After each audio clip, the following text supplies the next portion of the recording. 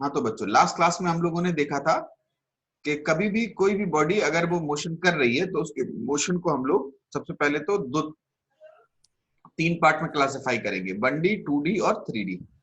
फिर हर मोशन में हम तीन तीन पार्ट देखेंगे। कौन कौन से? एक यूनिफॉर्म, एक यूनिफॉर्मली एक्सेलरेटेड, और तीसरा था नॉन यूनिफॉर्मली एक्सेलरेटेड। ठीक है, तो हमने दो पार्ट कवर कर लिए थे वन डायमेंशनल मोशन में, uniformly accelerated, uniformly accelerated uniform motion और यूनिफॉर्मली एक्सेलरेटेड मोशन। आज हम बात कर रहे थे नॉन यूनिफॉर्म मोशन। ठीक है, तो नॉन यूनिफॉर्म या जनरल टाइप के मोशन में हम लोग डिफरेंशिएशन, इंटीग्रेशन, इन सब की मदद लेते थे। तो हमने एक हल्का सा टच दिया था लास्ट क्लास में कि क्या होता है डिफरेंशिएशन और क्या होता है इंटीग्रेशन। ठीक है, अब जो भी था डिफरेंशिएशन इंटीग्रेशन आपने सीखा था, अब उसके एप्लीकेशन को हम लोग देखते हैं। ठीक है, तो हम लोग फटाफट पहुंचते हैं। एक नॉन यूनिफॉर्मली एक्सेलरेटेड या यूनिफॉर्म, कुछ भी हो सकता है, जनरल मोशन है ये। ठीक है, तो आज वाली क्लास में हम देखने वाले हैं, ठीक है, नॉन यूनिफॉर्म मोशन। ठीक है,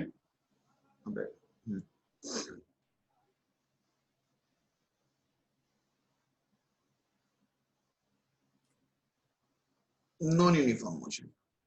ये नॉन यूनिफॉर्म मोशन में क्या होता है बेटा? ठीक है, हम लोग ऐसा कहते हैं, लेट सपोज ये एक पाथ था, रास्ता था। इस रास्ते पे कोई भी इंसान यहां से चलना शुरू कर रहा था और यहां से इसकी जो पोजीशन है एक्स, वो समय के हिसाब के साथ साथ वेरी कर रही थी। और जो पोजीशन थी x इक्वल्स टू, वो थी हमारी 3t² प्लस 9, कुछ भी हो सकती है। मतलब t इक्वल्स टू 0 पे इसका x इक्वल्स टू 9 था। जब t की वैल्यू 1 होगी तो उसकी यहां से जो पोजीशन होगी, जो डिस्टेंस होगी, वो कितनी होगी? बोलो। जब यहाँ 1 रख दोगे तो 12 हो जाएगी, 2 रख अकॉर्डिंगली बदलती जाएंगी। ठीक है, अब बात कर रहे हैं कि अगर आप इस तरीके के मोशन की बात करते हो तो ये अपनी पोजीशन बदल रहा है तो किसी वेलोसिटी से चल रहा होगा ना। हो सकता है इसका कुछ एक्सेलरेशन भी हो। ठीक है, तो ऐसे में पोजीशन को वेलोसिटी से और वेलोसिटी को एक्सेलरेशन से कैसे रिलेट करते हैं आपस में, उसका एक तरीका होता है। अगर कहीं s as a function of t दिया जाए तो इसको आप डिफरेंशिएट कर दोगे ds/dt, तो ये क्या बन जाएगा? वेलोसिटी। और अगर इसको डिफरेंशिएट कर दोगे आप a इक्वल्स टू, तो वो क्या हो जाता है? dv/dt। लोग होशियारी इसमें एक चीज की और कर देते हैं। वो होशियारी कैसी होती है? इसमें a को dv/dt लिखते हैं, ds से ऊपर नीचे मल्टीप्लाई डिवाइड कर देते हैं, ds को दाएं बाएं ले जाते हैं, तो ये चीज हो जाती है ds/dt इंटू dv/ds। ये ds/dt हो जाता है वेलोसिटी, तो a इक्वल्स टू हो जाता है v dv/ds। तो ये मतलब अगर आप s से v और v से a पे जाना चाहते हो तो आपको कौन मदद करेगा? डिफरेंशिएशन। ठीक है, बात आ रही समझ में? अगर आप s से v और v से a जाना चाहते हो तो आपकी मदद करने वाला कौन होगा? डिफरेंशिएशन। वहीं अगर हम उल्टा करें, कहीं लिखा हुआ है acceleration as a function of time. ठीक है, तो a को क्या लिखोगे आप? dv/dt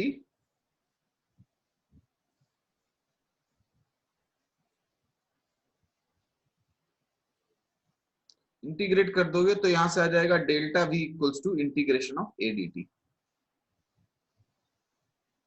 बात आ गई समझ में? तो डेल्टा v निकल के आ गया। और अगर v as a function of time दिया गया हो और आपको निकालना हो a as a displacement as a function of time, तो v को आप लिख सकते हो ds/dt और ये हो जाएगा ft।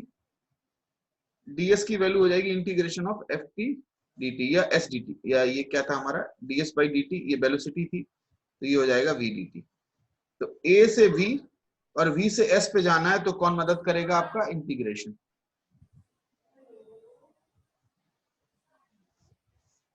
ठीक है, देखो जिन्हें जो इसमें महारथी हैं वो ठीक है, और जो नए बच्चे हैं तो टेंशन ना लो।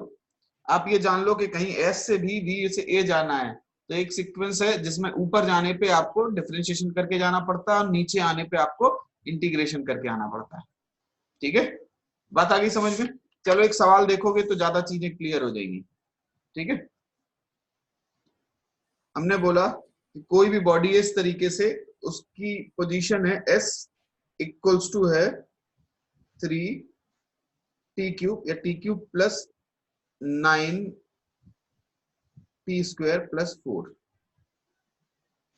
हमारा सबसे पहला सवाल है find velocity and acceleration as a function of time. Find velocity and acceleration as a function of time.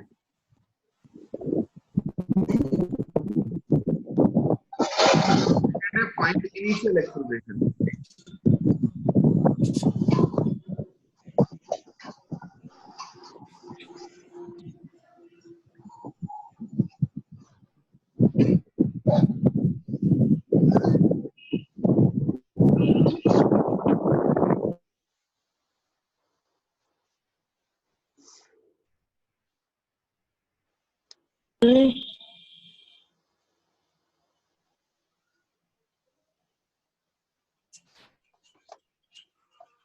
Sir हाँ जी बेटा।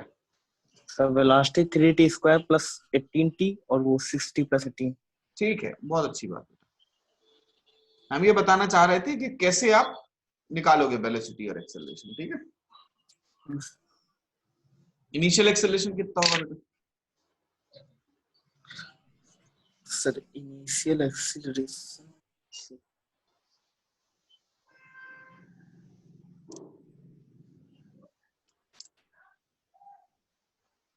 Sir time 0 sir 18। t equals to 0 को इनिशियल टाइम बोला जाता है, वहां से क्या चीज शुरू होती है। यस सर, तो 18 आ जाएगा t = 0 रखने पे। हाँ? चलो देखते हैं।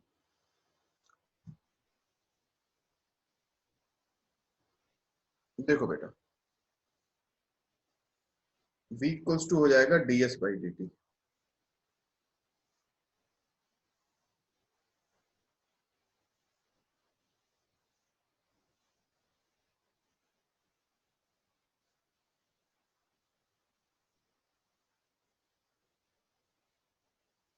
करेक्ट है? ये आ गया आपका v as a function of time.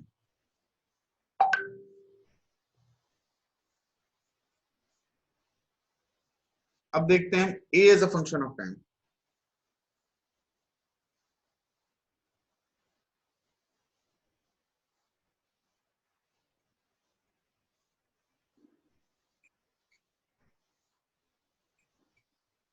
ठीक है, acceleration as a function of time. तीसरी चीज पूछ रहा है acceleration at t equals to 0 पे।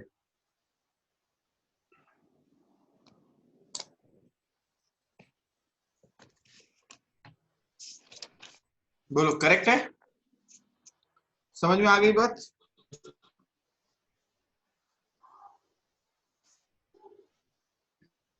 समझे? चलो यस सर। ठीक, आगे बढ़े। नेक्स्ट देखो, चलो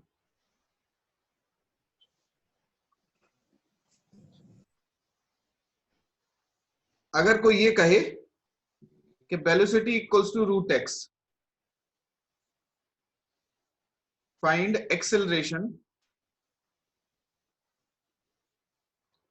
as a function of time. कुछ भी फाइंड एक्सेलरेशन पूछ ले कोई, चलो बताओ। v equals to √x given है और आपसे पूछा जा रहा है कि फाइंड एक्सेलरेशन।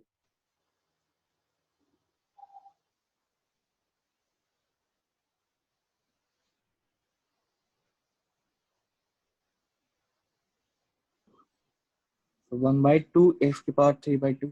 नहीं,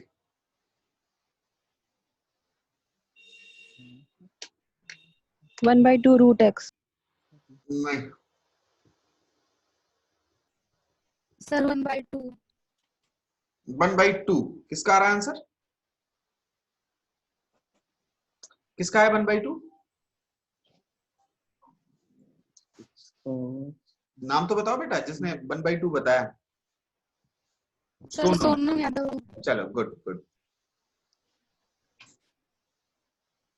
बाकी लोग बताओ।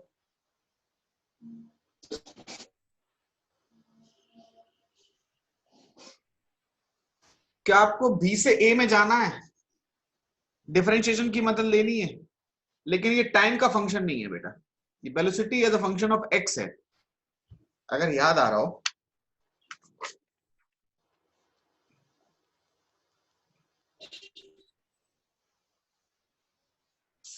एक्स लिखो, एस लिखो, बात एक ही है, ठीक है। एस डिस्प्लेसमेंट कह लो, चाहे एक्स कह लो, अगर एक्स एक्सिस के अलोंग है तो, है ना। चलो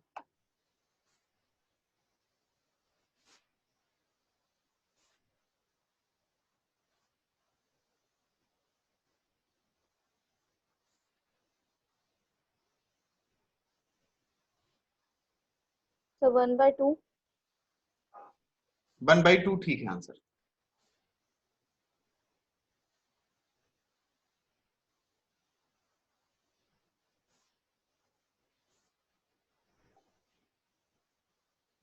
चलो बाकी लोग भी।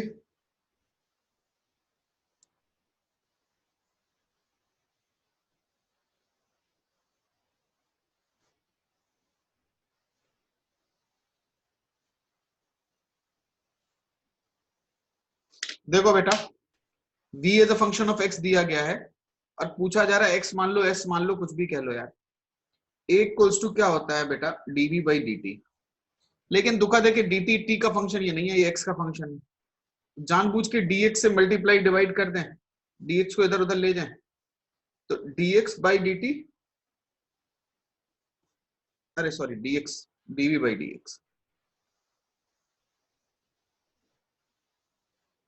तो dx/dt क्या हो जाएगा, v।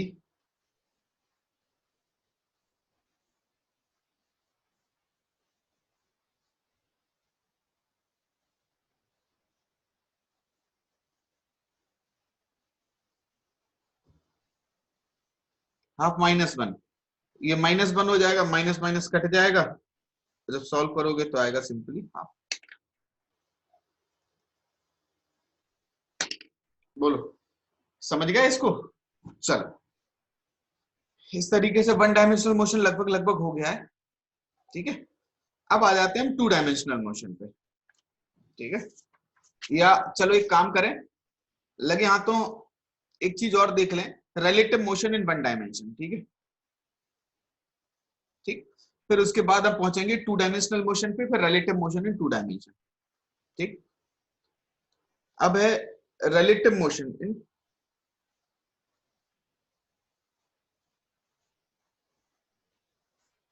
थोड़ा ध्यान से समझना बेटा।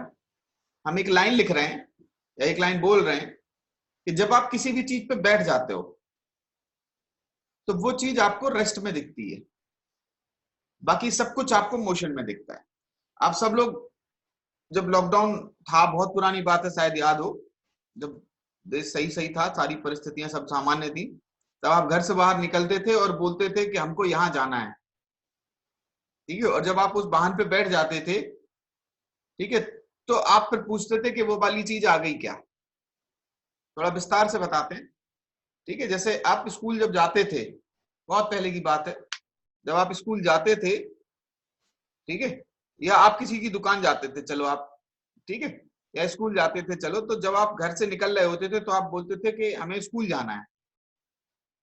फिर बाहर निकलते थे, स्कूल की बस आ गई क्या।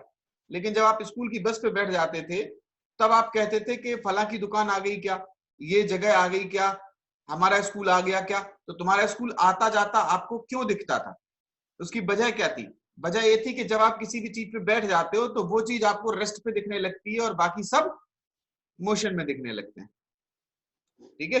आप देखते भी होगे, जमीन से देखते हो तो पेड़ रुके हुए दिखते हैं, लेकिन जब आप बस में बैठ जाते हो तो बस रुकी हुई दिखती है, लेकिन पेड़ झांकने पे पीछे की तरफ भागते हुए दिखते हैं। ऐसा होता है कि नहीं होता है, बोलो बेटा, है ना।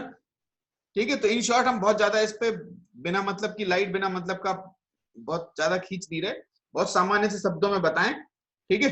Motion with respect to body, ठीक है, जो भी इंसान है खुद उसके रिस्पेक्ट में वो बॉडी क्या हो जाती है, रेस्ट पे हो जाती है, ठीक है, और उसके लिए जो कुछ भी करना पड़ता है वही हर चीज में करना पड़ेगा। तो हम एक चीज बता रहे हैं, जैसे with respect to ground,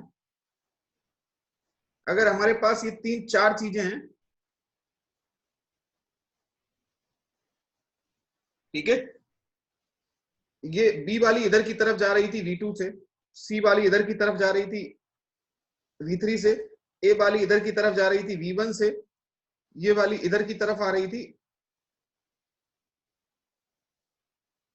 V4 से।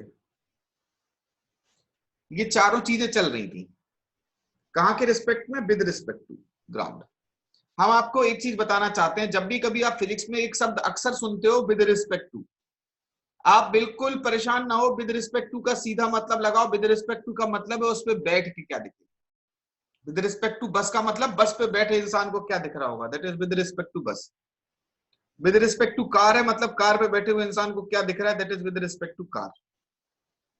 ठीक है, तो अगर कुछ ना लिखा हो तो वो विद रिस्पेक्ट टू ग्राउंड होता है, लेकिन हमें थोड़ा मेंशन कर दिया हमने विद रिस्पेक्ट टू ग्राउंड। ये बी सी डी 4 चीजें थी जो इस तरीके से चल रही थी। अब अगर हम आपसे पूछें एक इंसान को हम किस पे बिठाएं, ए पे, बी पे, सी पे, डी पे, और फिर देखें कि उसको सब कुछ कैसा दिख रहा होगा विद रिस्पेक्ट टू, चलो ए ही लिख ले रहे। एक इंसान है जो ए पे बैठा है और वो उससे पूछा जा रहा है यार तुम बताओ सब कुछ कैसा दिख रहा होगा, तो सब तो जहीं के तहां, सब जहां थे वहीं के वहीं रहेंगे। ए वाला इधर की तरफ है V1 से, तो पहले विद रिस्पेक्ट टू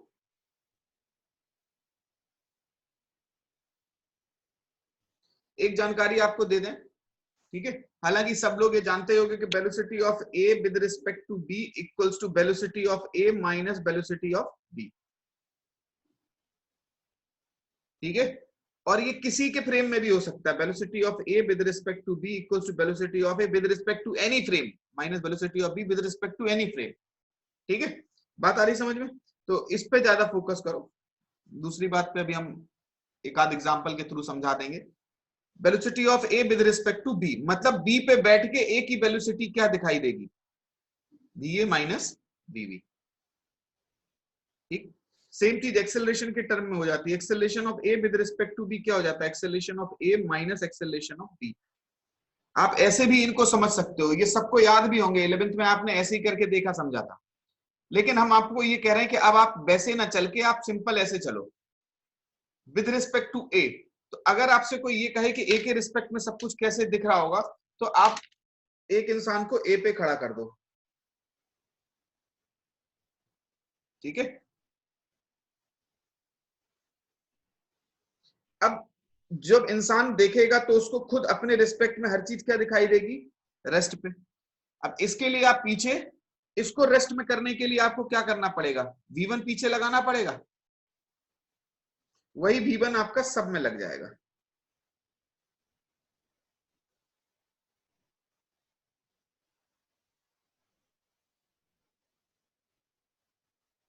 ये क्या आ गया, रेस्ट पे। ये किससे चलने लगा, V1 प्लस V2 से। ये किससे चलने लगा, V1 और V4 के रिजल्टेंट की तरफ। ये किससे चलने लगा, V1 और V3 के रिजल्टेंट की तरफ। बोलो, और ये ए के रिस्पेक्ट में ए कैसा दिखने लगा, रेस्ट पे। बात आ गई समझ में? ठीक है, अब देखो इस पे सवाल कैसे कैसे बनते हैं, जरा उसको देख लेते हैं। ये सबको आया समझ में कि एक गाड़ी पे बैठ के दूसरे की स्पीड कैसी दिखाई देती है? तो जब आप किसी गाड़ी पे बैठ जाते हो तो आपके रिस्पेक्ट में वो गाड़ी क्या हो जाती है, रेस्ट पे। और उसको रेस्ट में करने के लिए जो कुछ भी करते हो वही चारों तरफ की हर एक चीज में लग जाती है। बोलो, क्लियर है? चलो, यस सर। ठीक, इतना सा आपको याद रखना है। जैसे अगर हम एक छोटा सा एग्जांपल दें, एग्जांपल 0, एक कार है,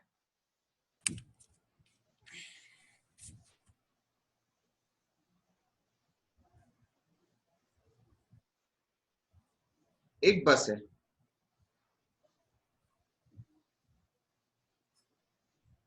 और जरूरी नहीं कि हर चीज जो है वो आप चलते फिरते फ्रेम से देखो। कुछ चीजें जमीन से भी ज्यादा अच्छी दिखती हैं, कुछ चीजें एक पे बैठ के ज्यादा अच्छी दिखती हैं। जब दो चीजें चल रही हो तो बेटर होता है आप एक पे बैठ के देखो दूसरे को। तो वो वाली एक चीज रेस्ट पे हो जाती है, तो आपको दो दो चीजें चलने की बजाय एक ही चीज चलती हुई दिखती है। ठीक है, हमने कहा इन दोनों के बीच का सेपरेशन था 400 मीटर। ये चल रही थी 10 मीटर पर सेकंड से, ये चल रही थी 5 मीटर पर सेकंड से। हमारा सवाल है कितनी देर बाद कार एंड बस विल मीट।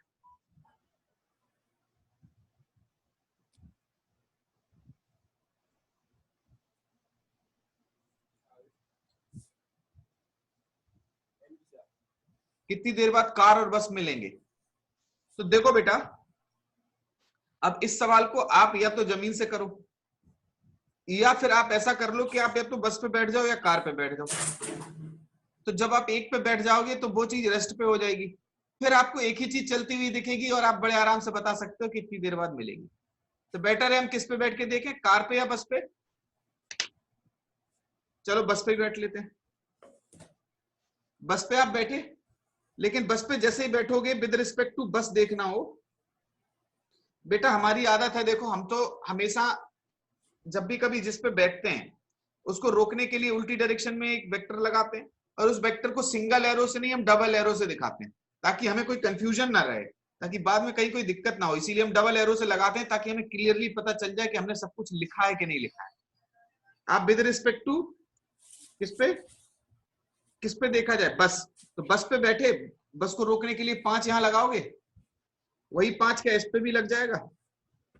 अब एक बात बताओ, आपको क्या दिख रहा है विद रिस्पेक्ट टू बस? ये दिख रही है रेस्ट पे, और ये 5 मीटर पर सेकंड से आगे बढ़ती हुई दिख रही है।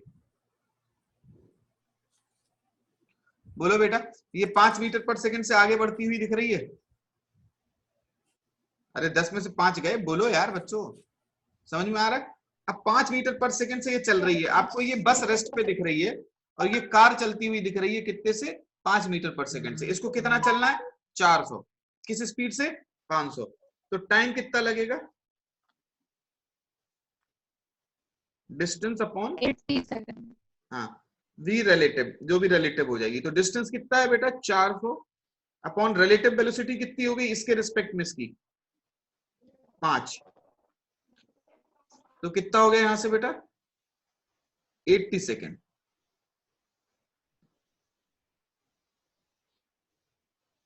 ठीक है, आई होप समझ में आया बेटा ये तरीका।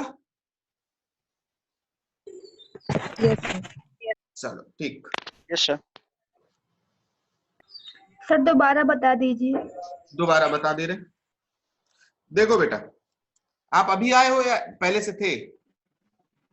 लेट आए हो क्या बेटा रोली? अभी आए हैं सर। हाँ, तो लेट क्यों आए बेटा? सर कुछ काम था इसलिए लेट हो गए।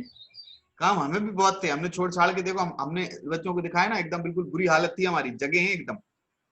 एक बाल्टी पहले ऊपर पानी पड़ा। सो रहे होगे, और सोने के अलावा और कौन सा काम है बेटा? नहीं चलो। सर सो चलो कोई बात नहीं। देखो अब इधर समझा दे रहे हैं आपको। बेटा होता क्या है रिलेटिव मोशन में, ठीक है, इन शॉर्ट बता रहे हैं हम आपको, ठीक है। या चाहे तो एक काम करो, इसके लेक्चर के बाद हम, ठीक है, लेक्चर के बाद एक लेक्चर और है, ठीक है, तो शाम तक हम इसको डाल देंगे उस पे, क्या होता है वो यूट्यूब पे, फिर वहां से आप लोग जो है वो लिंक लेके देख लेना। बताओ रूली, अभी बताएं क्या? समय वैसे ही कम है। बताओ। बाद में देख लेंगे। ठीक, बाद में देख लेना, चलो ठीक। ये आ गया। एक क्वेश्चन और दें, ये समझे कि नहीं? सबको आया? कोई ऐसा जिसको ना आया हो समझ में? अबे तुम्हारी अपनी रिस्पॉन्सिबिलिटी है पूछना, नहीं पूछोगे तो सब गड़बड़ा जाएगा मामला। क्लियर है सबको? कोई ऐसा जिसको ना हो क्लियर? अरे बताओ यार। तूने भी देखा था?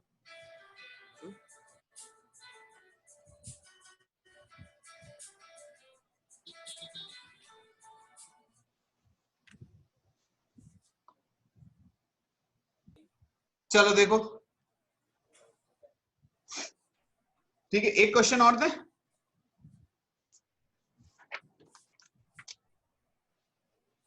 देखो बेटा, एक नहीं दो क्वेश्चन, एक ही में ही दो पार्ट करके पूछ लेंगे। एक क्वेश्चन और देखो।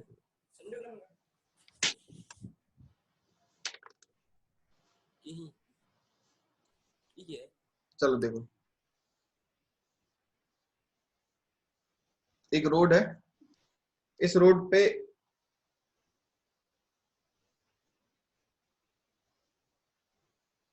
ये जीप है, एक बस है,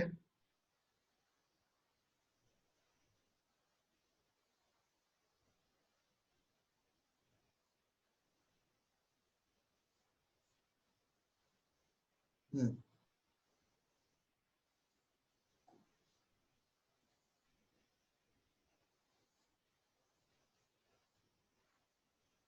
5 मीटर है, इसकी 10 मीटर है लेंथ, ये चल रही थी 10 मीटर पर सेकंड से, ये चल रही थी 8 मीटर पर सेकंड से।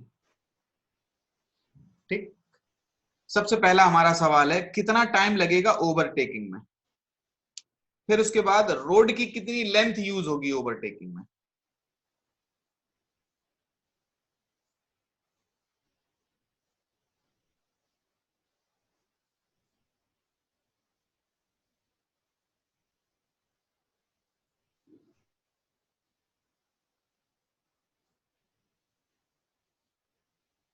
During the overtake.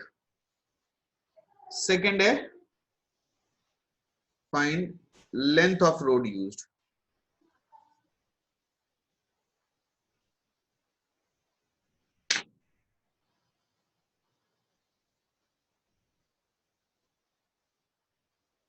सोचो, नेक्स्ट एग्जांपल है।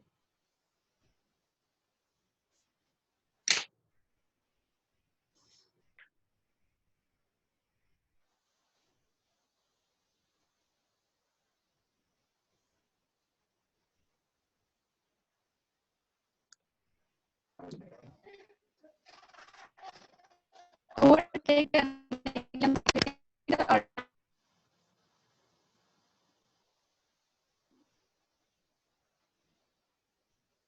नहीं है आवाज, बताओ सोनम क्या बोल रहे हो।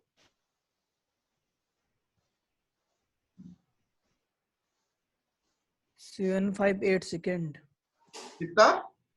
758 सेकेंड, 7.5 सेकेंड। 7.5 सेकंड। रोड की कितनी लेंथ इस्तेमाल हुई होगी? Sir 75 metre. देखते हैं।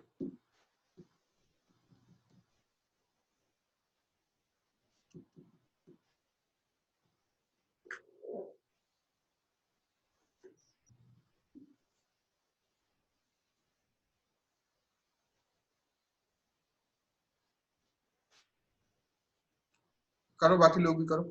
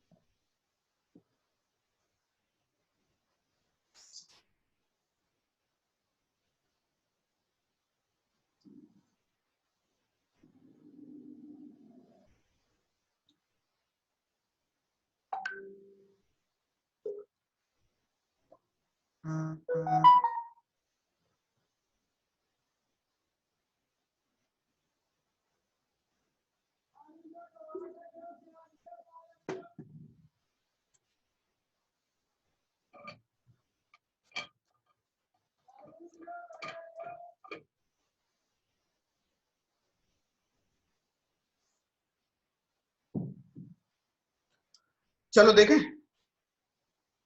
देखो बेटा, इस चीज को अगर आप जमीन से देखोगे तो दोनों चीजें चल रही हैं, लेकिन अगर आप एक पे बैठ के दूसरे को देखोगे तो काफी सुविधा हो जाएगी। तो हम देखना चाह रहे हैं विद रिस्पेक्ट टू बस।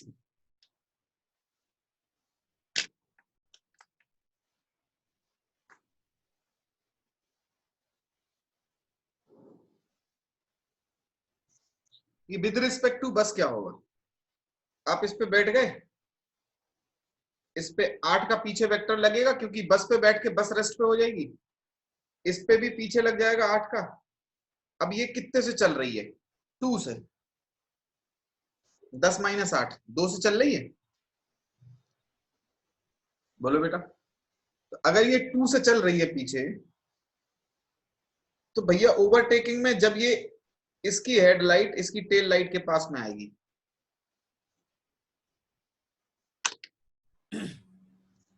अब ओवरटेकिंग शुरू हुई,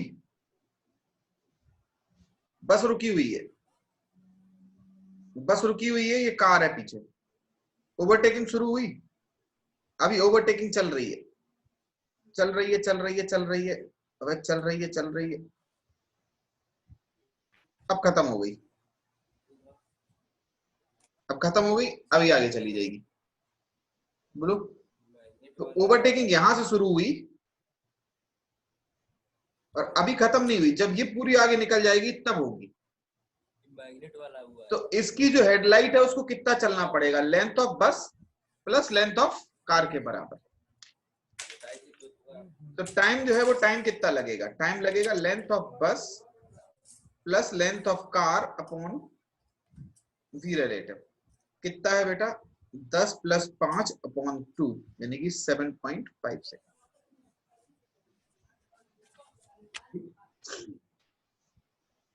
ये हो गया टाइम। अब अगला बात है लेंथ ऑफ रोड यूज्ड। तो अगर आप बस पे बैठ के देख रहे थे बच्चा, तो ये जमीन भी तो खिसक रही थी पीछे की तरफ। तो जमीन खिसकती हुई जमीन पे आप कैसे लंबाई नापोगे रोड की? तो रोड की अगर आपको सही में लेंथ नापनी है तो आपको जमीन से देखना पड़ेगा। तो विद रिस्पेक्ट टू ग्राउंड अगर आप देखो,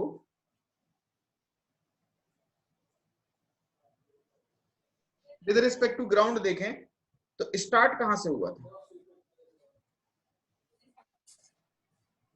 स्टार्टिंग में कार थी पीछे और बस थी आगे।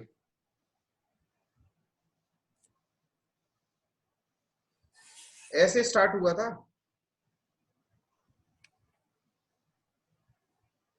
और जब फिनिश हो जाएगा तब क्या हुआ होगा? अभी समानांतर चलती जा रही, चलती जा रही, चलती जा रही, फिर दूसरी जब आगे निकल जाएगी तो बस हो जाएगी पीछे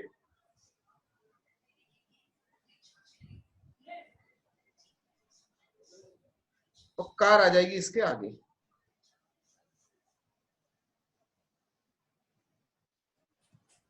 बोलो, ये फिनिश है।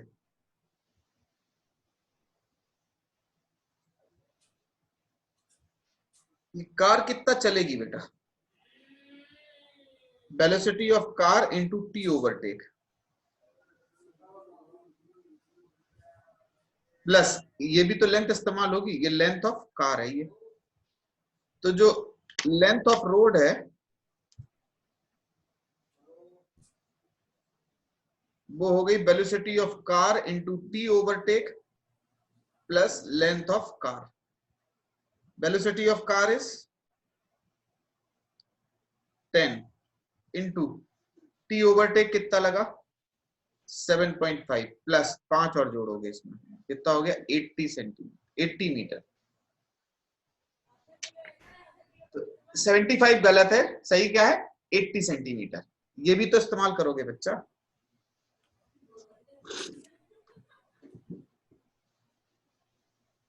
बोलो, समझ में आई बात?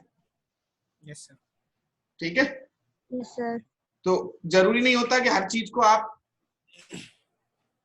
रोक के ही देखो एक को।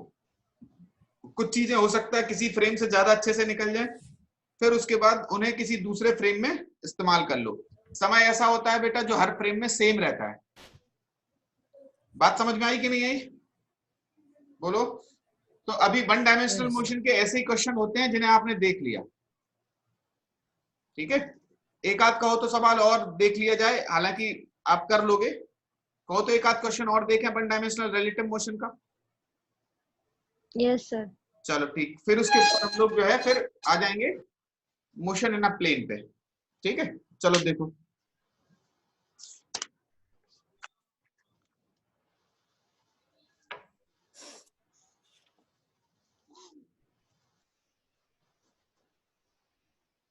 अच्छा, अगर एक्सेलरेशन होगा तो एक्सेलरेशन भी बिल्कुल सिमिलरली बैक पीछे लग जाएगा और उस बॉडी को रेस्ट में करने में मदद करेगा। ठीक है, जैसे अगर हम ऐसा बोलें, ये जमीन है,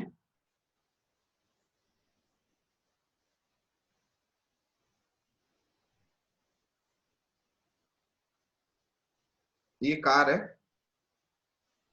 ये बस खड़ी है इधर।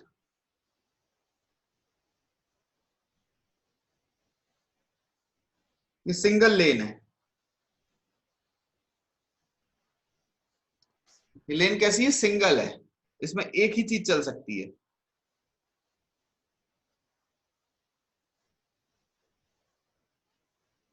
सौ मीटर का गैप था, इसकी वेलोसिटी थी 10 मीटर पर सेकंड। एम इक्वल्स टू क्या रखा जाए इसमें? इनिशियल वेलोसिटी, ये खड़ी थी रेस्ट पे इनिशियली, ठीक। मिनिमम एक्सेलरेशन इसका क्या रखा जाए बस का, ताकि accident can be avoided. Find a min so that accident can be avoided. कितना मिनिमम एक्सेलरेशन रखा जाए बस का ताकि इधर से आके ये इससे टकरा ना पाए। सिंगल लेन है बेटा, ओवरटेकिंग पॉसिबल नहीं है, तो ये जाके सीधा इसमें बढ़ा ही देगा। ये कांस्टेंट वेलोसिटी से चल रहा था और इसमें एक्सेलरेशन पूछा गया कितना मिनिमम रखा जाए ताकि ये चलता रहे।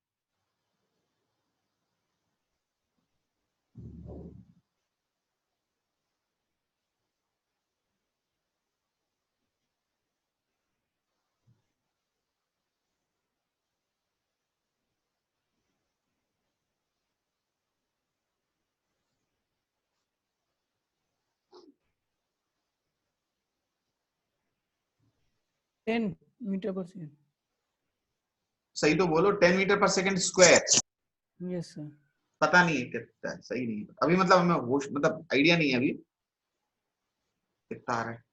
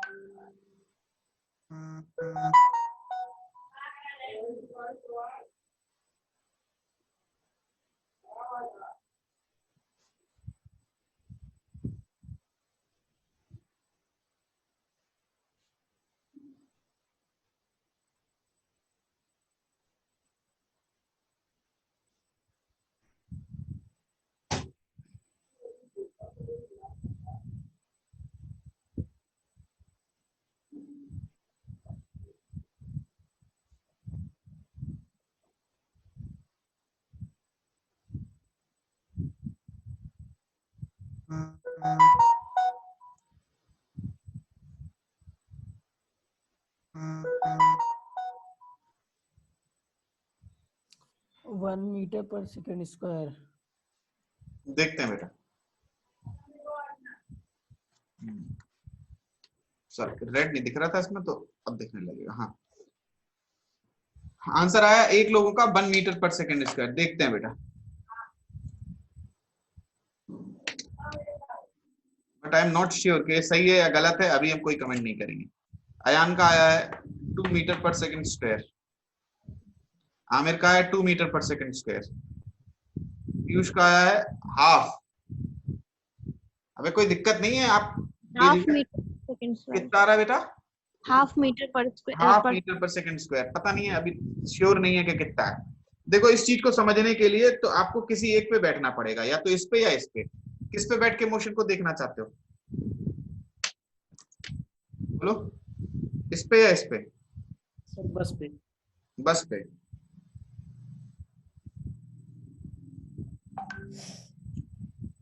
विद रिस्पेक्ट टू बस देखें, कोई फर्क ही नहीं पड़ा इस पे तो।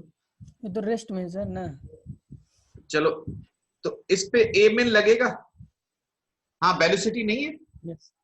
जी जीरो इसकी वेलोसिटी में कुछ नहीं लगेगा, लेकिन एक्सेलरेशन में पीछे की तरफ जरूर लग जाएगा ए मिन। Yes. बोलो। Yes, अब sir. आप देख सकते हो ये पूरी सिचुएशन ऐसी हो गई कि एक इंसान यहाँ पे खड़ा है, ठीक, वेलोसिटी जीरो थी तो वेलोसिटी पे कोई अंतर नहीं पड़ेगा, लेकिन एक्सेलरेशन कितना था, ए मिन से रुक रहा ना, तो इसके पीछे क्या लग जाएगा, ए मिन लग जाएगा। ठीक है, अब ये एक कार थी इधर से आ रही थी, velocity 10 metre per second square, acceleration है ए मिन। अच्छा एक बात बताओ, अगर ए मिन जो है वो बहुत कम हो जाए, लेट सपोज जीरो होता है, तो भाई साहब इसको रॉन्ग, ये कार रॉन्ग की चली जाएगी कि नहीं? Yes, sir. अगर ये बहुत ज्यादा हो जाता है एक्सेलरेशन तो बहुत जल्दी रुक जाएगी। Yes. रिटार्डेशन है एक्चुअली ऑपोजिट डायरेक्शन में, तो ये उतना ही रहे कि जितने पे ये एकदम इसको जस्ट टच कर ले। ये डिस्टेंस कितनी है, 100 मीटर। उतने पे जितने पे ये कार जस्ट इसको टच कर ले और बात बन जाएगी। ठीक, तो अब आपकी कार जो है वो ऐसे करके चली यहां से यहां तक, ये ए है ये बी है, एक डायरेक्शन को पॉजिटिव मान लो, ठीक है, एक्सेलरेशन कांस्टेंट है from A to B, V final velocity यहां पहुंच के कितनी करानी है, जीरो, इनिशियल वेलोसिटी कितनी है 10 मीटर पर सेकंड, एक्सेलरेशन क्या है माइनस ए मिन।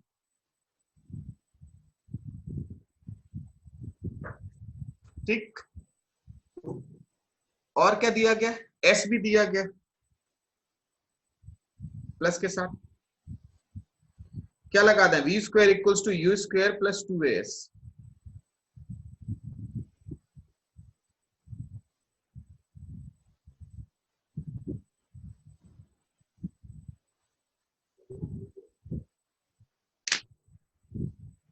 करेक्ट है, समझ में आई बात?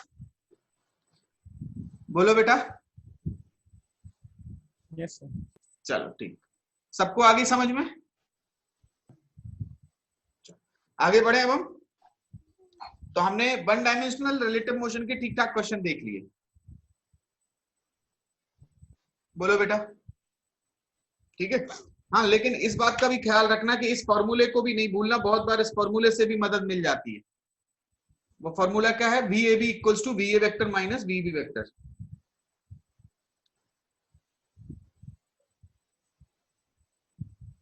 ठीक है, सेम एक्सेलरेशन के लिए भी होता है। ठीक, बहुत बार इसकी भी बहुत मदद मिलती है और अच्छा खासा हो जाता है। ठीक है, आगे बढ़े, बोलो। Yes, sir. चलो नेक्स्ट देखते हैं हम। तो ये मान के चल रहे हैं हम, मोशन वन डायमेंशन अपना हो गया। ठीक है, बोलो। अब टू डायमेंशन पे आते हैं। ठीक है, अरे बेटा अभी और आगे इस्तेमाल होता रहेगा, परेशान ना हो। ठीक है, सवाल लगाना, ठीक है, बनने लगेंगे क्वेश्चन। ठीक है, ज्यादा ना सोचो। हाँ सुचित बताओ, सुचित सुचिता कौन था ये? सुचिता, सर गलती से हो गया था। कोई बात नहीं, माफ कर दिया तुम्हें। चलो आगे बढ़े। अब देखो नेक्स्ट हम देख रहे हैं मोशन इन टू डायमेंशन या मोशन इन अ प्लेन। देखो बेटा, कोई भी टू डायमेंशनल मोशन को आप दो परपेंडिकुलर डायरेक्शन के अलोंग रिजॉल्व करके देख सकते हो। ठीक है, अभी हम समझा दे रहे हैं कि कैसे। Motion in a plane can be analysed by resolving the motion, पूरे मोशन को along two perpendicular directions। जो दो परपेंडिकुलर डायरेक्शंस है उनके अलोंग रिजॉल्व करके देख सकते हो। जैसे बेस्ट एग्जांपल इसका है, ठीक है, बेस्ट एग्जांपल है projectile motion.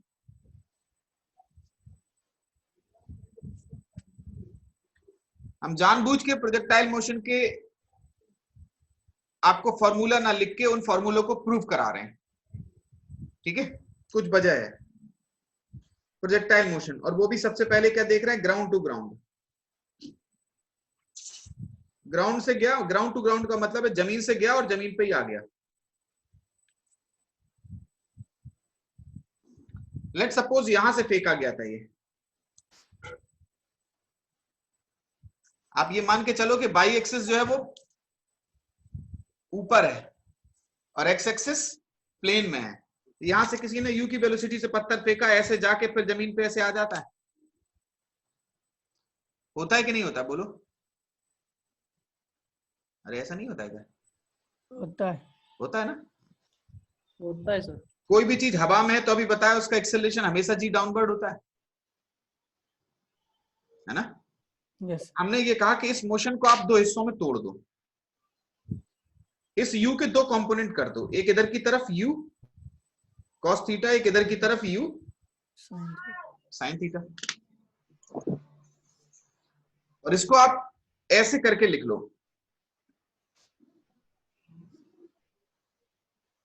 Along y axis. Y axis में परिस्थिति कैसी है, u sin थीटा की वेलोसिटी है, नीचे की तरफ g का एक्सेलरेशन, और x एक्सिस में क्या परिस्थिति है, x एक्सिस में g का कोई कंपोनेंट तो इधर x की तरफ जाएगा नहीं, g तो पूरा के पूरा है y की तरफ। x एक्सिस में हो जाता है ये u cos थीटा। तो इन दोनों का कॉम्बिनेशन मिलके ये दे देता है। मतलब अगर आपको इसको पढ़ना है तो उसमें पहले बाई के अलोंग ये कैसे गया, ऐसे करके, भैया अगर ऊपर की तरफ है तो बाई के अलोंग इसका मोशन कैसे हो रहा है, ऐसे करके ऐसे चला गया, और एक्स के अलोंग जब तक ये हवा में रहा तब तक ये आगे की तरफ चलता चला गया। मतलब अगर आपको इस प्रोजेक्टाइल को समझना है तो ऐसे समझो,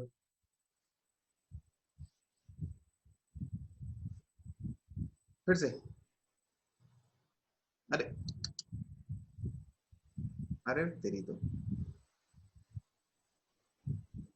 आगे बात समझ में। मतलब ये बाई वाला कंपोनेंट ऊपर की तरफ ले जाता है पार्टिकल को, नीचे ले आता है, तो किसी भी टाइम पे देखोगे तो हर पार्टिकल का बाई कंपोनेंट बढ़ रहा है, यहां तक बढ़ा, फिर घट घट के फिर से जीरो आ गया, लेकिन एक्स वाला लगातार बढ़ता चला जा रहा है। ऐसा देख रहे हो कि नहीं,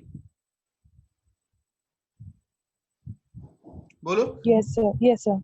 ये वाली जो चीज है इसको बोला जाता है मैक्सिमम हाइट। जितनी देर तक ये हवा में रहा उसको बोला जाता है टाइम ऑफ फ्लाइट, और अपने पॉइंट ऑफ प्रोजेक्शन से जितनी दूर गया इसको बोलते हैं हम रेंज, आर। ठीक है। तो बाई एक्सिस हमें क्या क्या दे देता है बेटा, बाई एक्सिस जो भी हमें देगा वो होगा टाइम ऑफ फ्लाइट और मैक्सिमम हाइट। तो टाइम ऑफ फ्लाइट के लिए आप इसी को जो हमने बताया था motion uniformly accelerated motion last class में, उसी से कर सकते हो, ए से लेके बी तक।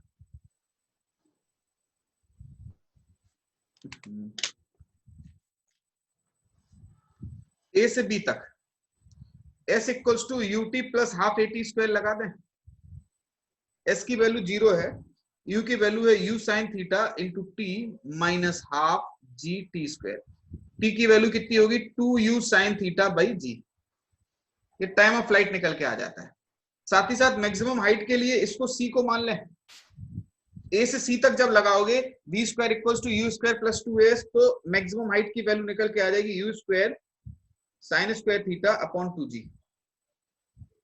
हम ये कहने की कोशिश कर रहे हैं कि यहां बहुत सिंपल सा था, तो आपको ये दो फॉर्मूले याद कर लेने हैं, लेकिन अगर किसी छत वगैरह से फेंका जाए, कोई जनरल इंसिडेंट की बात करे, तो आपको एक्स और वाई डायरेक्शन में तोड़ के करना पड़ता है। ठीक है, तो ये एक्स हो गया, ये बाई के अलोंग आपने एनालाइज करके टाइम निकाल ली और मैक्सिमम हाइट निकाल ली। एक्स के अलोंग अगर आपको देखना है तो रेंज इक्वल्स टू कितना होगा, यू कॉस या u x into t, u cos theta into 2u sine theta by g. तो r की जो वैल्यू निकल के आ जाती है वो आती है u square sine 2 theta by g. ये तीनों सबको पता होना ही चाहिए, लग गया। ठीक है, ये तीनों चीजें सबको पता होनी चाहिए। ठीक है, समझ गए, बोलो बेटा, आया समझ में कि नहीं आया? आया। चलो मैं जानबूझ के इनके प्रूफ कराए, ठीक है, हालांकि प्रूफ याद है तो अच्छी बात नहीं, प्रूफ याद न रखो कोई दिक्कत नहीं है, इनके प्रूफ की कोई जरूरत नहीं थी। प्रूफ निकलवाने के पीछे हमारा उद्देश्य ये था कि जब भी कभी हम टाइल को किसी और तरीके से फेंकेंगे तो आप फिर एक्स और वाई के अलोंग एनालाइज करके ही निकाल पाओगे। ग्राउंड टू ग्राउंड में आपको ये 3 चीजें हैं, याद रखो, अपने कान में ये गांठ बांध लो, ठीक है। हम 2 चीजों पे बहुत नाराज हो जाते हैं काइनेमेटिक्स में, एक तब जब एक्सेलरेशन वेरिएबल हो और आप इक्वेशन ऑफ मोशन लगा दो, बहुत पिटाई करते हैं। और दूसरी पिटाई ये करते हैं कि जब ग्राउंड टू ग्राउंड प्रोजेक्टाइल ना हो तब भी आप इनको चिपका दो, ठीक है। बात आ रही समझ में? ये किसके लिए वैलिड है? Valid for ground to ground projectile only. अबे नीचे हो जाओ थोड़े, हाँ। ये किनके लिए वैलिड है? Only for ground to ground projectile, ठीक है। तो अगर प्रोजेक्टाइल ग्राउंड से नहीं फेंका गया है और ग्राउंड से ग्राउंड पे नहीं जा रहा है, तब फिर आपने इनको लगाया तो फिर गलत हो जाएगा सब कुछ, ठीक है। बात आई समझ में? करेक्ट है? चलो एक सवाल देखोगे? Yes sir. वो थीटा बताओ जिसके लिए रेंज और मैक्सिमम हाइट बराबर हो जाए। 45 गलत है, 45 गलत है। मैक्सिमम हाइट और रेंज बराबर होती है। 90। हाँ जी, 90 पे हाइट और रेंज 0 नहीं होती है। 90 पे फेंकोगे तो रेंज क्या हो जाएगी? 0। अबे ऊपर फेंकोगे ना पत्थर को तो नीचे जाके सीधा आएगा, रेंज 0 हो जाएगी, मगर मैक्सिमम हाइट तो आएगी ना। 45 गलत है। क्या कोई हड़बड़ी है क्या आंसर देने में? पहले सोचो विचारो फिर आंसर दो।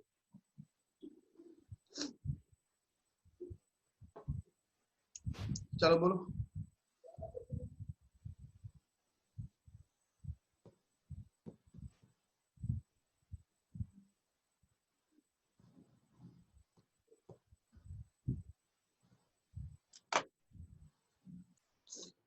चलो समझा दे रहे हैं फिर से इसको बेटा, रिकॉर्डिंग थोड़ी रुक गई थी। तो देखो h इक्वल्स टू आर रखा था हमने, h का फॉर्मूला रखा था हमने u square sine square theta by 2g, maximum और रेंज का फॉर्मूला का u square sine 2 theta by g, sine square theta, बाकी सब उड़ उड़ा गए। साइन 2 थीटा की जगह 2 साइन थीटा कॉस थीटा रखा, काटे पीटे, sine theta by cos theta 4 आ जाएगा, टेन थीटा 4, तो theta equals to tan inverse 4, ठीक है। चलो अब अगले सवाल पे पहुंचे, बोलो। देखो हम एक बात जरूर बताना चाहेंगे कि जो रेंज होती है, ठीक है, वो रेंज का जो फॉर्मूला है वो होता है u square sine 2 theta by g, ये होता है कि नहीं? तो अगर आप ऐसे इमेजिन करो कि आपके हाथ में पानी का जो है वो पाइप है, ठीक है, और आप यहां पे खड़े हो, नीचे आपने लगा दिया। जब आप उसको 0 पे रखोगे तो यहीं आएगा, थोड़ा थोड़ा ऊपर रखोगे तो ऐसे करके जाएगा, और ऊपर रखोगे ऐसे करके जाएगा, और ऊपर रखोगे ऐसे करके जाएगा, और ऊपर रखोगे ऐसे, और ऊपर रखोगे तो सबसे दूर चला जाएगा। सबसे दूर जाने के लिए for R max, R max कब होगा, कौन से एंगल पे होगा? जब साइन 2 थीटा की मैक्सिमम पॉसिबल वैल्यू हो जाए। For R max sine 2 theta 1 होना चाहिए, this implies that 2 theta equals to 90 degree और थीटा इक्वल्स टू कितना होगा? 45 डिग्री। तो आर मैक्स के लिए थीटा इक्वल्स टू कितना होना चाहिए? 45 डिग्री, ठीक है। याद रखना, जब मैक्सिमम रेंज चाहिए होती है तो एंगल कितना चाहिए होता है? 45 डिग्री, ठीक। अब बात आ रही है, ठीक है, अब बात आ रही है इस तरीके की, देखो बेटा कि थीटा की वैल्यू 45 डिग्री आई, लेकिन जैसे ही आप 45 से आगे बढ़ाओगे फिर से ये रेंज कम होना शुरू हो जाएगी, हाइट बढ़ती जाएगी।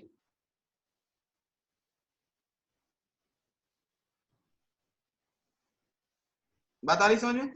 तो आप जैसे जैसे करके 0 से उठाते चले गए, रेंज बड़ी बड़ी बड़ी बड़ी बड़ी, फिर कहां तक पहुंच गई? मैक्सिमम पे पहुंच गई 45 पे। फिर लेकिन आप बढ़ाते चले गए, फिर घटना शुरू हुई, घट घट के फिर जहां पे आपका पॉइंट ऑफ प्रोजेक्शन था वहीं पे गिरने लगेगी, ठीक है। तो याद रखो दो एंगल के लिए रेंज सेम होती है,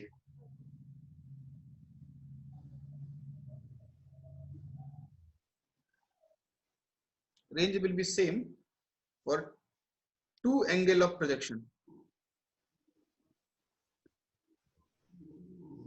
ठीक है, for which θ1 plus θ2 equals to 90 degree. अब कहने का मतलब ये कि अगर 30 पे वही रेंज मिली तो वही रेंज कितने पे मिलेगी? 60 पे. जो रेंज 40 पे मिलेगी वही किस पे मिलेगी? 50 पे. बात समझे? जो रेंज 10 डिग्री पे मिलेगी वही रेंज 80 डिग्री पे मिलेगी.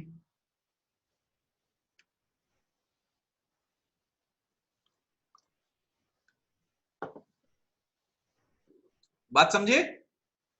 बोलो बच्चों. Yes, sir. Yes sir. ठीक, याद रखना. बहुत बार क्या होता है बेटा, सवालों में घुमा के ऐसे पूछ लेते हैं. एक लाइन का सवाल होता है, ऐसा कहते हैं कि एक पत्थर यहां से फेंका गया, ठीक है, 30 डिग्री पे फेंका जा रहा था, ठीक है, कहीं जाके हिट कर रहा था, ठीक, लेकिन क्या हो गया, किसी ने बीच में दीवार बना दी जिससे दीवार में टकराने लगा. अब अगर आप चाहते हो कि फिर से यहीं आके गिरे तो भैया 60 पे फेंक दो, हाइट ज्यादा हो जाएगी और गिरेगा उसी खड्डे में जाके. बोलो, समझ में आई बात की नहीं आई? बताओ बेटा. Yes sir. चलो ठीक, अब आगे बढ़े. चलो नेक्स्ट. एक क्वेश्चन और करो. चलो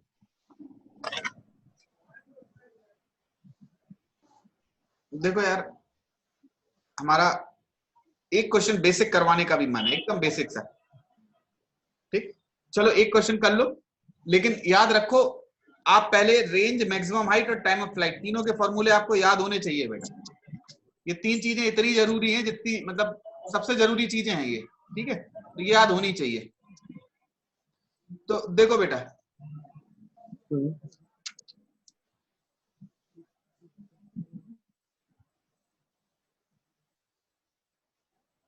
पहला सवाल है कि एक यहां से 20 मीटर पर सेकंड से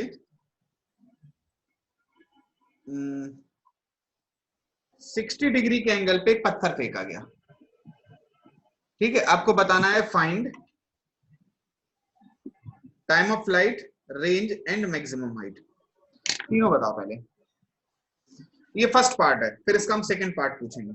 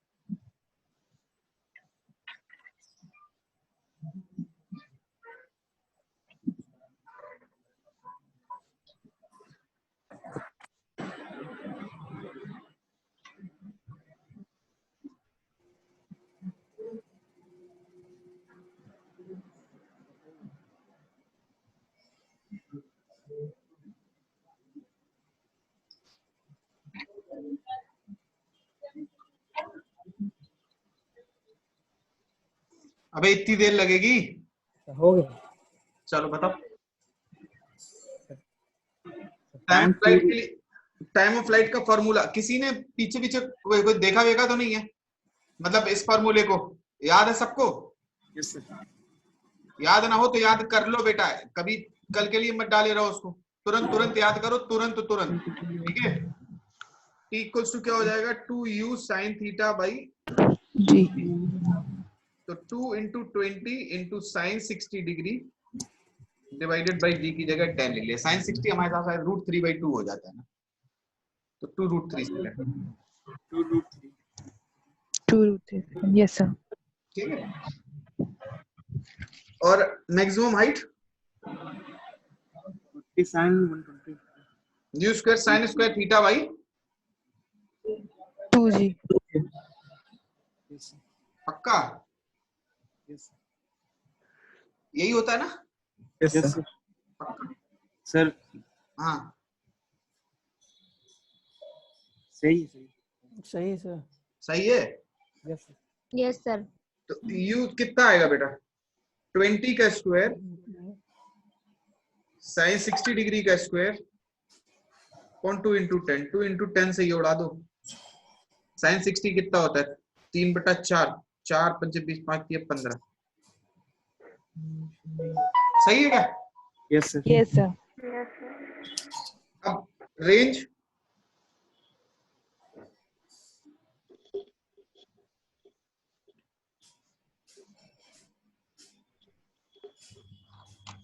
sign 120 degree,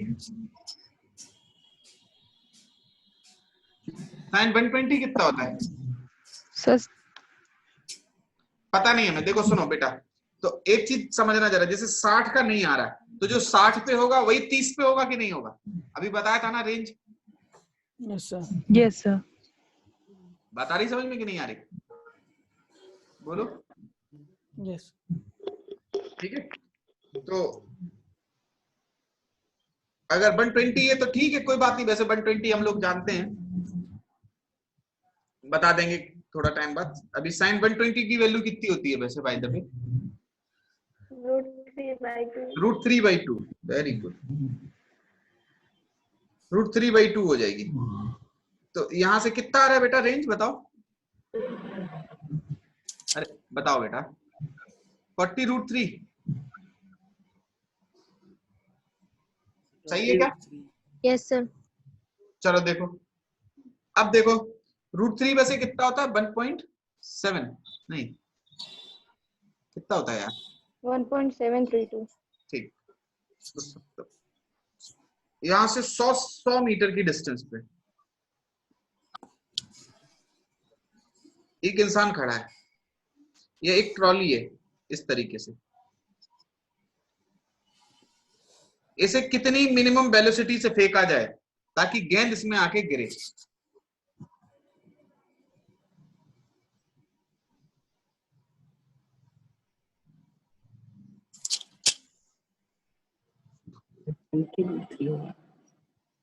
so that ball will get into the trolley।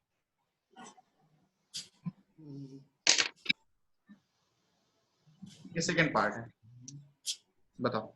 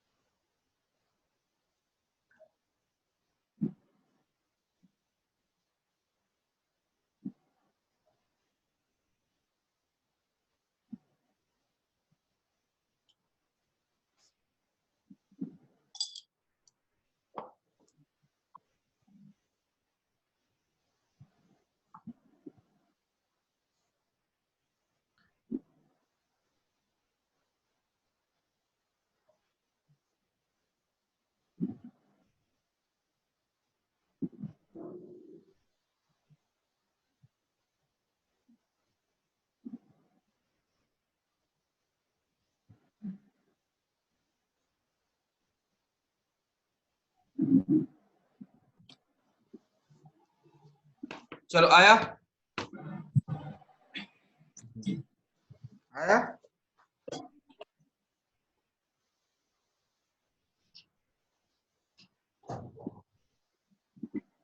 अबे इतना क्या लगना है यार, 100 मीटर है। ये रेंज आ गई कि नहीं आ गई बोलो। तो इसको जो वेलोसिटी रखनी है वो कितनी रखनी है, 100 minus R upon T, time of flight. अरे सोचो यार, करेक्ट है, कर लोगे अब इसको। समझ में आया कि नहीं आया। इस बॉल को कितना चलना है बेटा, 100 माइनस आर चलना है। और कितना समय मिला, जितने टाइम तक बॉल उड़ती रही तो टी टाइम तक, बस।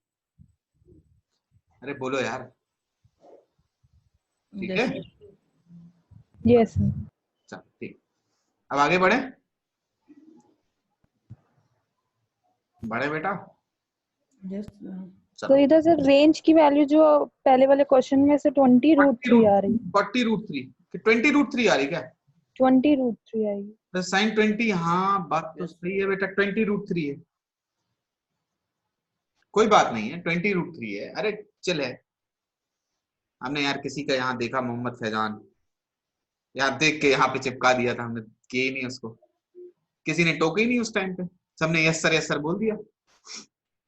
कोई बात नहीं है, चलो। अरे okay, 100 minus R upon T, ये बी मेन हो गया। आगे बढ़े, तो काफी हो गए प्रोजेक्टाइल के सवाल, ग्राउंड टू ग्राउंड प्रोजेक्टाइल वाले। अगर प्रोजेक्टाइल फ्रॉम हाइट हो तो क्या करेंगे,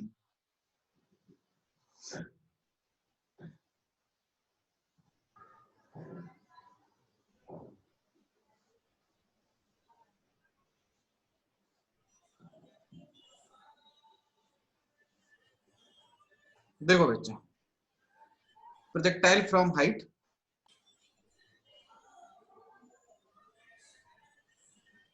हाइट हो या जमीन से कहीं पे फेंकना हो, ये थी 10 मीटर है, 20 रूट से 45 डिग्री के एंगल पे फेंका गया था, ऐसा करके जाएगा। तो क्वेश्चन है इसकी रेंज कितनी कैसे निकालोगे, फाइंड रेंज।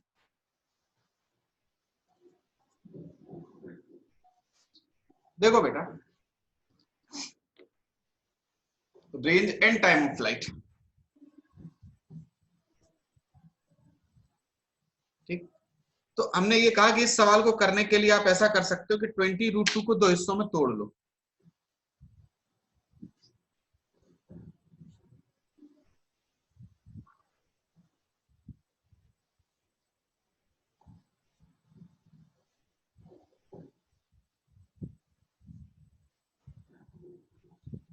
करेक्ट है। अब ये दो हिस्सों में टूट गया, एक इधर की तरफ, एक इधर की तरफ। अब देख लो along y axis, y axis में एक ऐसी छत है, ऊपर की तरफ फेंका गया कितने से, अबे यार क्या फायदा हुआ उसको काटने का, 20, जी नीचे की तरफ है, देखा वाला सवाल है, ऐसे करके यहां से यहां तक जाना है, टाइम ऑफ फ्लाइट निकालनी है, किया हुआ सवाल है ये। प्लस रेंज के लिए क्या करोगे, यू साइन थीटा, अरे सॉरी यू कॉस थीटा, जो कि कितना है 20, और कब तक चलेगा ये, टी तक। तो आर इक्वल्स टू कितना हो जाएगा, 20 इंटू टी, टी यहां से निकाल लो। सॉल्व करना चाहोगे, करो इसको सॉल्व, कर डालो एक बार, जरूरी होता है, हमें पता है कि एक बार सामने सामने में कर लोगे तो ज्यादा अच्छा है। घर पे कौन था पूछेगा, बताएगा, चलो करो।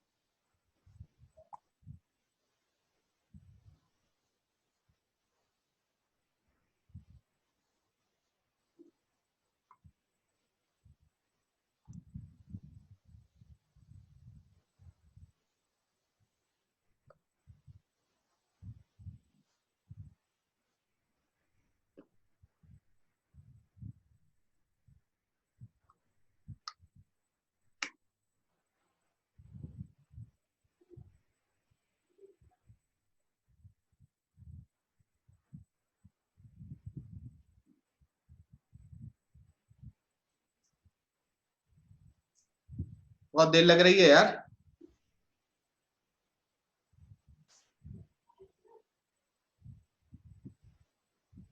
बहुत गलत बात। 2 √2 सेकेंड। क्या? 2 √2 सेकेंड। चलो देखते हैं। ये है ए, ये है बी, ऐसे करके गया। एक डायरेक्शन को पॉजिटिव बोला था, इधर से मान लो,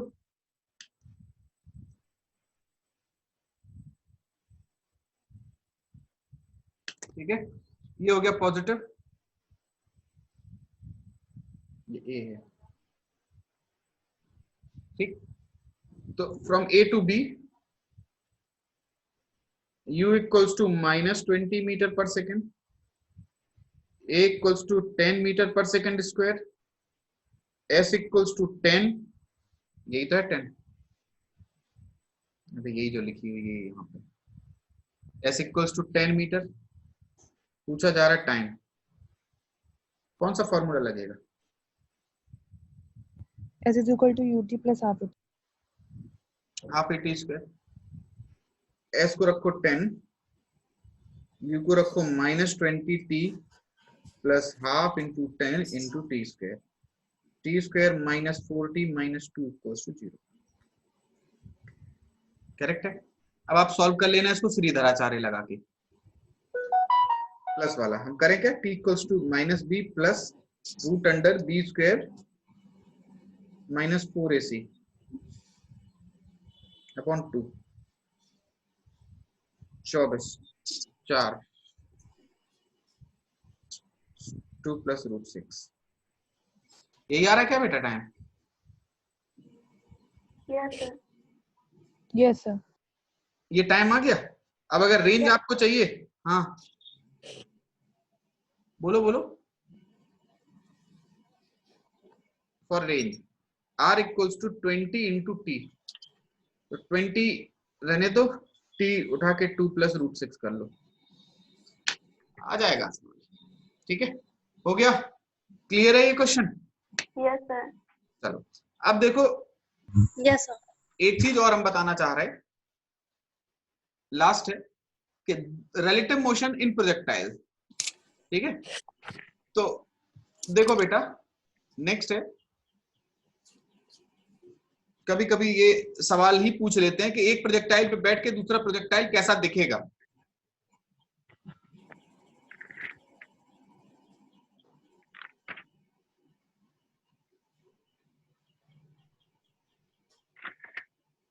ठीक है, प्रोजेक्टाइल में रिलेटिव मोशन कैसे होगा। देखो दो प्रोजेक्टाइल हैं, ऐसे करके जा रहे थे u1 θ1 से u2 θ2 से,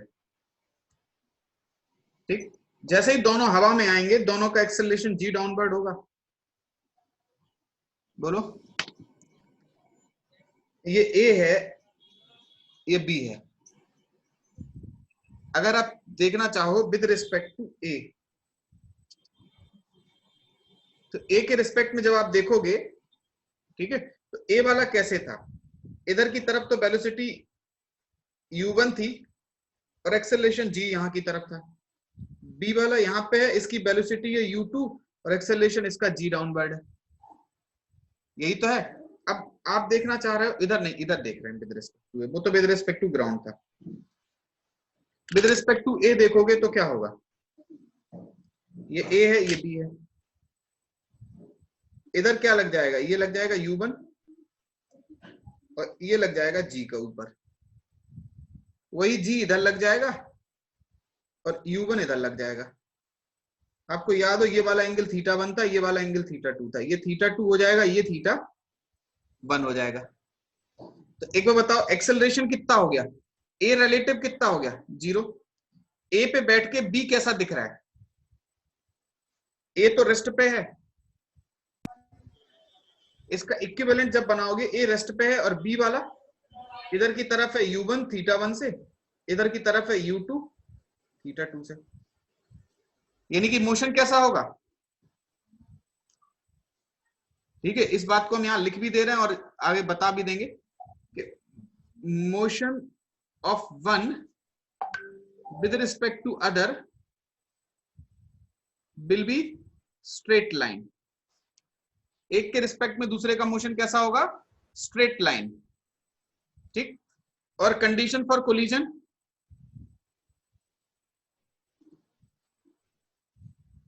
भैया ये तभी कोलाइड करेंगे जब इनकी वेलोसिटी इस डायरेक्शन में हो, लाइन ज्वाइनिंग के अलोंग हो, ऊपर की तरफ का कंपोनेंट जीरो हो जाए या बैलेंस हो जाए। U2 condition for collision, U2 sin θ2 equals to U1 sin θ1, ठीक। ये कंडीशन फॉर कोलिजन हो गई। बात आ गई समझ में? ठीक है, तो याद रखो एक प्रोजेक्टाइल के रिस्पेक्ट में दूसरा प्रोजेक्टाइल हमेशा स्ट्रेट लाइन दिखता है, ठीक है। चलो तो ठीक है बेटा, फिर प्रोजेक्टाइल भी हो गया। अब देखो छुटपुट चीजें जो है इस चैप्टर की वो आप पढ़ के आना, नेक्स्ट वाली क्लास में हम डिस्कस कर लेंगे। आज अभी हम 2-3-4 घंटे में आपको 2-3-4 का शाम तक हम आपको असाइनमेंट भेज रहे हैं, ठीक है। तो कल की तो छुट्टी रहेगी, हालांकि असाइनमेंट भेजेंगे, असाइनमेंट के बाद इत्मीनान से आप इसको हम लोग ठीक फिर देखेंगे, ठीक है। तो आप अब आपके ऊपर है, आप इसको देखो अच्छे से समझो, ठीक है। हम इतना ही पढ़ा रहे हैं इस चैप्टर को, आप जो पूछोगे वो हम बता देंगे। हालांकि चैप्टर बहुत बड़ा है बेटा, हर एक चीज में बहुत बहुत घुसेंगे तो हो जाएगी दिक्कत, ठीक है। हम इंपॉर्टेंट चीजें लेंगे, ठीक है, और उनको कवर करवाते चलेंगे, ठीक है। चलो तो ठीक है, हम इससे ज्यादा इस चैप्टर को नहीं पढ़ाएंगे, इतना ही रखेंगे, ठीक है। चलो ठीक है फिर बेटा, आज इतना ही रखेंगे हम। क्या कह रहा बेटा, बता दीजिए सर। क्या कह रहा? असाइनमेंट सर कहाँ मिलेगी? असाइनमेंट आपके चैनल पे मिलेगा सर? चाइनीज में क्या कह रहा है? आपके चैनल पे मिलेगा असाइनमेंट? ना ना ना ना ना, तुम्हारा जो ग्रुप बना है उसी ग्रुप पे भेज देंगे हम बेटा। तुम्हारे ग्रुप पे मिलेगा। Thank you sir. ठीक है, फिर से बता दीजिए सर, वीडियो पॉज हो गया था सर। अरे हम ये कह रहे हैं बेटा कि आपको जो है शाम तक असाइनमेंट मिल जाएगा, ठीक है। आपका जो ग्रुप बना है व्हाट्सएप ग्रुप, उसी पे, ठीक है। तो फिर ठीक है बेटा, इतना ही रखते हैं फिर। Thank you.